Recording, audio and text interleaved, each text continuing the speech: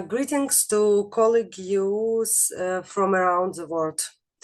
My name is Lilia Voloshyna. I am from Kyiv, Ukraine. I am a PhD in art history, head of the NGO Theatrical Spaces, which has been an association member of WSD' since 2025. I am a lecturer in the theater stage department, Karpenko-Karı Kyiv National University of Theater, Cinema and Televisions, and I am curator of art projects. I am incredibly pleased to participate in the International Symposium on World Stage Design 2025. I will present the topic of my speech with the title Decolonization Process of Contemporary Ukrainian Theater Scenography. I share my presentation now and started. With this full-scale war that the Russian Federation started against us in 2022, significant global changes have come to Ukraine. We are recording them in all sectors, including performing art and art education. The Ministry of Culture and Strategic Communication has approved a new culture development strategy for 2025-2013. This is the first time since our independence in 1991, but we have a clear roadmap for implementing specific tasks in the sector. And the strategic goal number one is strengthening human capital through culture practices. Among its objectives, it's decolonization, overcoming imperial narratives and practices of silencing in culture. Accordingly, one of the main tasks is to implement initiatives to decolonize and deimperialize the culture context. Decolonize museum collection, reason the culture of memory as a participatory practice, form a public dialogue around the contradictory memory of the imperial and the Soviet periods, create conditions for the development of contemporary art and contribute to the rethinking of history. This is not just a definition, but actually a serious call to build a nation-building society that should be self-oriented.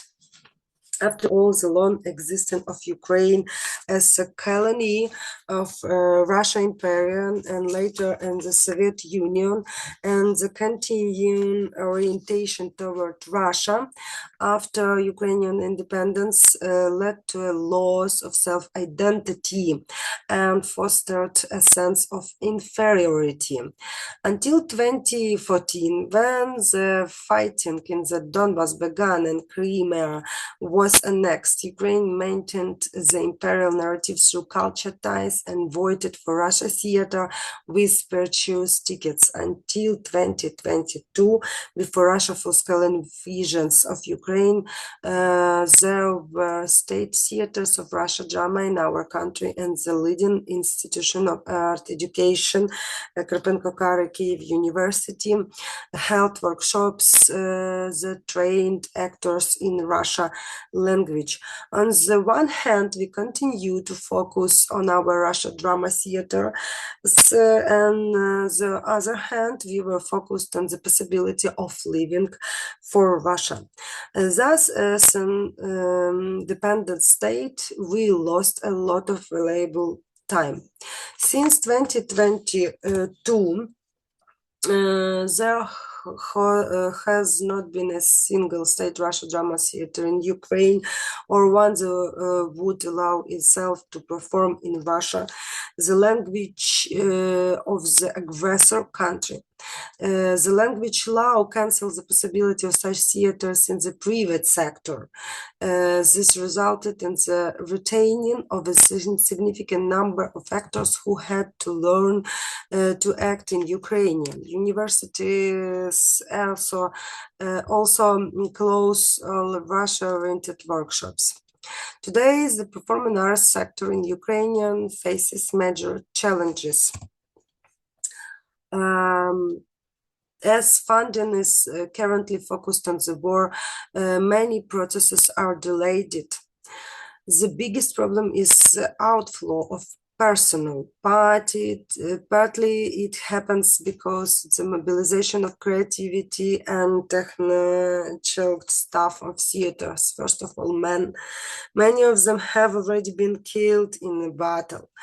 The female part of the sector is leaving the country, and especially critical for the future is the outflow of young people who have gone abroad to study, and only a few of them will return.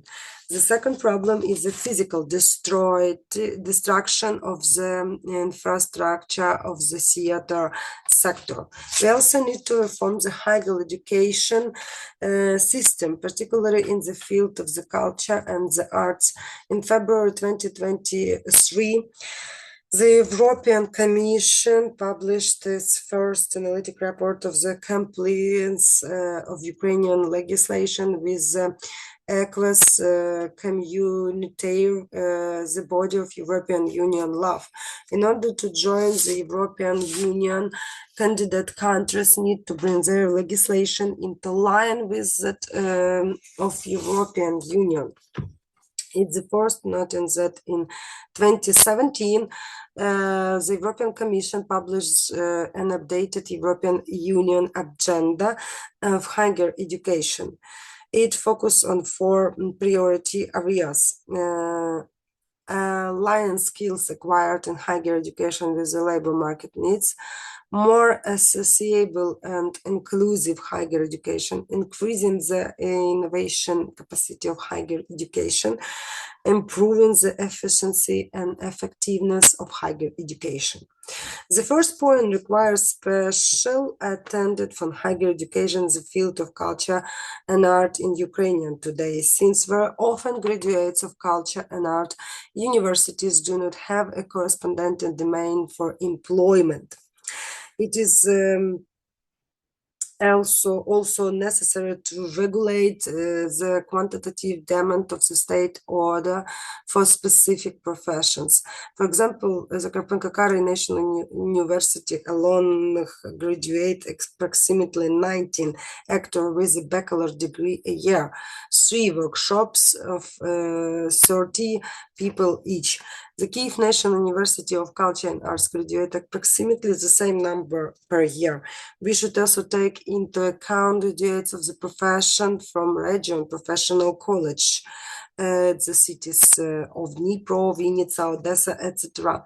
And the result, we have an excessive number of professionals who are unemployable.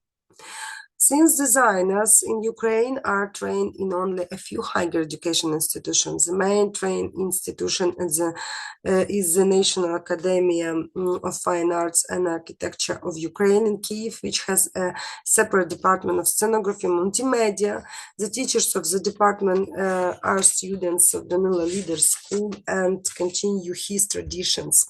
However, there are many cases when graphic artists, painters, etc. become set designers in Ukrainian theaters. All of this calls for the abandonment of the Soviet education system as part of decolonization and reorientation to European standards. In fact, today's teachers in the field of culture and art were educated under the Soviet system. Since Ukrainian independence, the continue to the Soviet tradition has been mentioned for a long time. Significant change have been observed only in the last decade. Educational programs, the assessment system, and the necessary competences that a teacher must possess have been reformed. Of course, all innovation require continuous professional development of teachers. There are also narrowly focused changes that take into account decolonization. Among the rejections of Stanislavski system, as the only one possible in the acting training process. The rejections of Obristov primacy in puppetry, and finally, a more detailed study of the methods of action training and the direction heritage of the Ukrainian innovative director Les Kurbas' years of life, 1887 and 1937. And the introduction of his personality into the international context as the founder of the Directors' Theatre in Ukraine. It was Les Kurbas who, in particular, began to collaborate with stage designers, the mock workshops, the Brazil Artists Association, including the scenographers workshop headed by the artist Vadim Meller, which was actually the first Ukrainian school of scenography. Unfortunately, this school was not completed and was closed by the Soviet authorities, and the Les Kurbas were arrested and shot in 1937, like many other Ukrainian artists of the time. Today, it is necessary to clearly distinguish the personality of the stage design Danilo Lider from the Russian narrative. Also, he began his career in Soviet Russia. His main achievements were made in Ukraine. He is a Ukrainian stage designer, Ukrainian scenographer. He worked at the Ivan Franko National Theatre in Kyiv. He also taught students in the National Academy of Fine Arts and Architecture, founding the Ukrainian School of Scenography, which was actually suspended after the arrest of Les Kurbas. Let us recall that the Russian researcher of scenography, Viktor Berezkin, published a multi-volume edition of Scenographers of Russia, including the book Scenographer of Russia, David Borovsky and Danila Lider in 2008 year, actually appropriating the work of this artist. David Borovsky also spent a whole period of the formation in Kyiv, working at the Les Ukrainka National Theatre. It is worth bringing back the names of artists such Alexandra Ekster. Her sketches for her performance are housed in the Museum of Theatre, Music and Cinema in Kyiv and form part of the Ukrainian Theatre Avant-Garde collection. It is worth talking about the Ukrainian period of Kazimir Malevich, the Ukrainian period of Volodymyr Tatlin, who started as a theatre artist at the Kyiv Theatre for children, now the Kyiv Theatre for young audience, etc. In the field of Ukrainian stage design, a lot of progress has been made in recent years. First of foremost, the international participant in the Prague Quadriennale was made, namely the creation of the Ukrainian pavilion twice, 2019 and 2023. The Ukrainian pavilion was also presented 3 times in the International Tbilisi Biennale of Stage Design in 2020, in 2022, in 2024. Ukrainian researcher in the field of scenography participated in OESTAT, scientific conference and symposia, books and albums. Books and albums were published, including English translation, and a website of Ukrainian scenography was included. If you are interested, please email me at usscenography.com, gmail.com, and I will provide you with additional information, links, etc. Our culture, heritage, and contemporary performing arts have something to say to the world. We must not only win the war, but also build a counter-discourse to our post-colonial approach, which will lead to resilience and at the same time cancel any new desires for our colonization. It will also make our theater artist, recognizable and in demand in the world. We thank everything who supports us on our journey. I always encourages us to move faster and more confidently. Thank you for this opportunity to speak and be heard. Good luck to everyone.